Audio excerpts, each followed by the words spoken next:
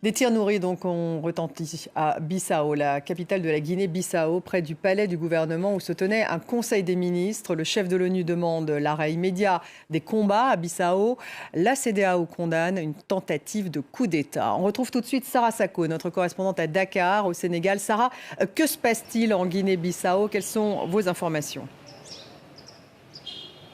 D'après nos dernières informations, des tirs ont repris, mais cette fois du côté de la base navale de Bissau. Alors ça se trouve à un peu plus d'1 kilomètre du palais du gouvernement où les précédents tirs ont été entendus. Et c'est là où se trouvent les troupes para-commando du pays.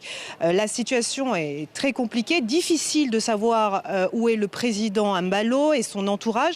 J'ai pu joindre, mais alors très rapidement, un de ses proches conseillers qui m'a dit exactement « Je ne peux pas vous répondre, madame. Nous sommes dans une situation très compliquée ». C'est donc toujours la confusion, vraiment très peu d'informations.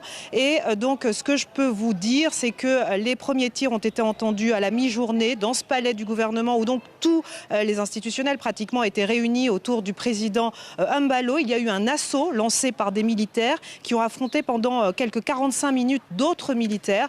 Et aujourd'hui, tous les sites stratégiques sont bouclés par l'armée. Difficile de s'approcher. Les témoins à qui j'ai pu parler sont incapables de s'approcher de ces militaires très nerveux. Voilà comment ils les décrivent. Vous l'avez dit, les premières réactions internationales commencent à arriver avec cette condamnation de la CEDEAO de, je cite, cette tentative de coup d'État.